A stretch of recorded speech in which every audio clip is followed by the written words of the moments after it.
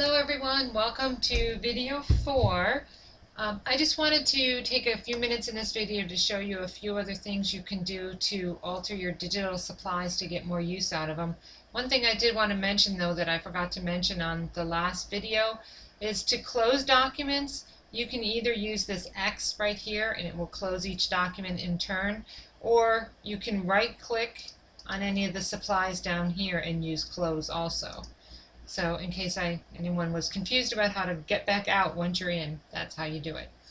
So I have already opened template 1B, same way we did before where I went to File, Open, and then opened the template. You can see it's the exact same template. I just turned the orientation the other way to try to make it a little clearer what I'm going to be talking about. So I'm going to do the exact same thing. I've opened up 3 pieces of digital supplies here. Pink paper, rose-colored paper, an asymmetrical paper, and then a happy birthday sentiment. And I want to use the rose-colored paper as my base, so I'm going to make sure that I'm on my base layer, that my arrow tool, my move tool is selected. I'm going to double-click on my pink paper. I'm going to click and hold till I get the plus sign and drop it. And then I'm going to hover in between those 2 lines on these layers over here until I get my little circles and click it. So now I have my base. Now I would like to use this asymmetrical paper in my pattern paper layer here. So I'm going to pull this over till I get the plus and then drop it. Now one thing you'll notice is this is a big 12 by 12 piece of paper that's going onto a rather small card front, and I would really like for the scale of this paper to be smaller so that it kind of more matches up with the size of the card. So one of the things that I can do is I zoomed out with my scroll wheel and I'm selected on the paper itself. No, I don't want to change its name. And I can use this corner button and pull it in to make the paper a little smaller so that it's more like the scale that I want it to be. So if I say OK to that, that's what that little check mark means, and zoom in, it has a little bit better scale. Now something else that I would like, and you can adjust that further too once you get closer to having your card done. Something else I would like to do is I would really like if these flowers went along the side and across the top instead of along the bottom. So I'm going to flip this piece of paper digitally, so I'm going to go here to Image, Rotate, and I want to flip my layer vertical. I want to flip my layer.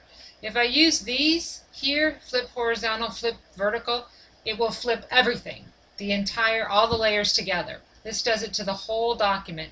This does it only to your selected layer, which is what I want. So I want to flip it vertical, and then I'm going to move it so it's kind of close, sort of eyeball it and say, oh, is that close to what I want?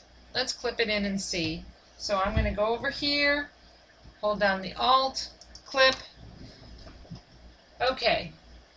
Now one thing I recommend when you're doing stuff like this, especially if you want to use the special edge of a paper or the special corner of a paper, it's worth zooming way in and making sure, because if you go ahead and print this and you have something like this happening, you'll really notice that line there. So you want to make sure your paper completely covers, and if you just want to nudge something just a tiny bit, you can use your arrow keys instead of your mouse, and it will just move it by pixels, so you can make sure you're covered that way. So now I have my flowers going this way, and I'm going to position my sentiment over here. So I'm going to pull up my sentiment. I'm going to double click on it, select it and hold it down, and wait till I get the plus and then let it go. And I was up at the top. I clicked onto here so that my layer came in at the top. Now what I would like to do with this is, instead of having it sitting on this square, I would kind of like to cut it out. I know it's more work, but I think it would look nice if it was kind of cut out. But so I have 2 options really. I can just use this little eyeball and shut that layer off. Anytime you don't want a piece, you can just shut this layer off. The thing is, if I do this and I don't really cut it exactly perfect, I'm going to have a really stark white line sitting on top of this kind of yellowish off-whitish background, and you'll probably notice it more. So I think what I would rather do is line this up in here, and it doesn't have to be perfect since I'm going to cut it out. And I'm going to go ahead and clip in an off-white paper, just so that if I don't cut it perfectly, I'll have a little off-white border instead of this stark white border. So I'm going to go up here to File, Open, and I'm going to choose this white paper and open it. And then I'm going to do the same thing, click and hold and bring it down, and then just Alt clip it in. Now I could go through and center this perfectly in the block, but since I'm going to cut it out, I'm not going to bother to do that. So the things to keep in mind here is you can flip things vertically or horizontally. You can resize and rescale things.